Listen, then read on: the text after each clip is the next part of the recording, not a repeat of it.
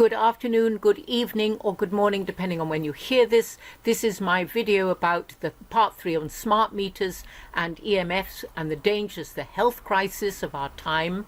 This is very much more into the health. The other two have been into the general dangers and the fire hazards. So that was part 1 and part 2. This is by a wonderful doctor called Dr. Dietrich Klinghardt, MD and PhD. I'm Dietrich Klinghardt. I'm a medical doctor. I received my training in West Germany, and as a young doctor already moved to the US because I loved the United States. I passed my test here and I've been licensed here since 1983, and I've been practicing here really since then. But I go regularly back to Europe to both teach there and to learn what's new over there. And so I'm being like a dual agent, bringing things that I learned here back to Europe and things that I learned in Europe back to here. And I have a practice in Seattle that specializes in the treatment of chronic illness. And we sort of slowly moved up our ranks, me and the doctors that work with me. The average patient that He's got a practice in Seattle. Anyone in America who wants to see him? we have has seen 23 other physicians before they've seen us. So we're sort of like, if you want, like a late stage of the journey that patients are on after they've maybe failed or have given up on other treatment modalities.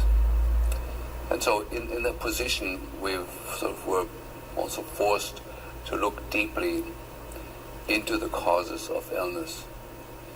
And the main thing that we discovered is that illness is not a static thing, that the foundational causes of illness are now quite different from what they were 30 years ago or 35 years ago or 40 years ago.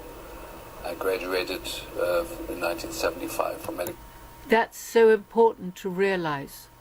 The illnesses have changed. School, and none of the things I've learned in medical school have prepared me for what we see now in the medical practice. I teach a lot of medical students that come through my practice, both from naturopathic schools and from the traditional medical schools and osteopathic medical schools, and I am aware that the teaching in the medical schools to a large degree is lagging behind the evolution of illness. Like when I read, That's interesting that the teachings in medical schools is lagging behind actually the situation of illness as it is now in the 21st century. Graduated from medical school, we didn't have a single lecture in those 5.5 years on chronic fatigue. Now, I would also add, when my husband and I were poisoned very seriously by wood treatment in an old house that we were renting, and we went to Guy's Hospital with all the information, not to consult with them, but to tell them what we had found. And they got, I believe it was as little, and this was about 15, 20 years ago. I lost my cognitive ability pretty well completely. And about 20 years ago, they said they only got training in poisons of half a day, and yet all these houses were being treated by this evil stuff that people paint on their wood, and God knows, terrible, terrible, terrible. Or on chronic pain. All the lectures were on acute pneumonia, on rare fatty acid disorders, which we never will see in our whole life as a physician. But the things that we encounter now every day, we didn't have a single lecture on. Exactly. So they've really had to seek it out for themselves. And unfortunately, that hasn't changed very much since then. So I want to just, from the beginning, say from a medical perspective, there's kind of two kinds of illnesses. There's the illnesses that have a name, the traditional illnesses like diabetes or hypertension. There is fractures, and there is appendicitis.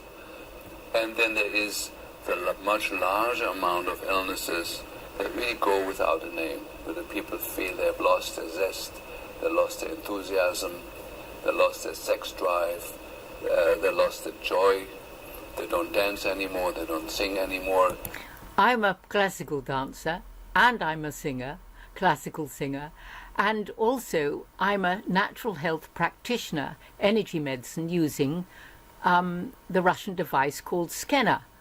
And I studied when I was a young mother, I studied the Chinese meridian lines, because when you've had a life and a training and a profession in the theatre, albeit not very, very long, because I got involved with a husband and then children came along, but to stay healthy was my prime intention, and also to help my offspring. That involved food, it involved exercise, it involved attitude of mind. They're still living, but they're living sort of like a half-life. And our experience, of course, with the patients that we see is that every patient that we see is in that category. The main symptom, if I would put it in 2 words, is loss of zest. So it's not that people are suicidal, they just have lost the vibrancy of life, the color, the smells, the excitement. The joy of life. And for me, because of my passion for classical music, I've always kept this. And also love of being part of family and what have you. Sensuality of it. And we see that everywhere where we look, we see the same picture. I visit a lot of other colleagues and other practices, both in the US, Canada, and in Europe, and see the same picture there. And so we, over the years, tried to distill down what is it really that has changed in illness and what is causing this strange state that we're in, that we're observing worldwide. And we really were able to distill it down to just a few factors. The main one being people have increasing numbers of chronic infections. We don't see the acute pneumonia very often, nor the acute staph infection. Yeah, those exist. They usually end up in the hospital, and the hospitals are doing a good job with the acute stuff. But chronic infections are even denied by the medical community that they exist. Chronic Lyme disease, chronic mycoplasma infections, chronic Epstein-Barr infections.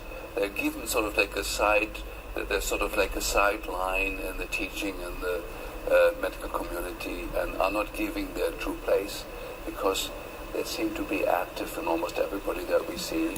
Chronic mold infection, chronic parasite infestation.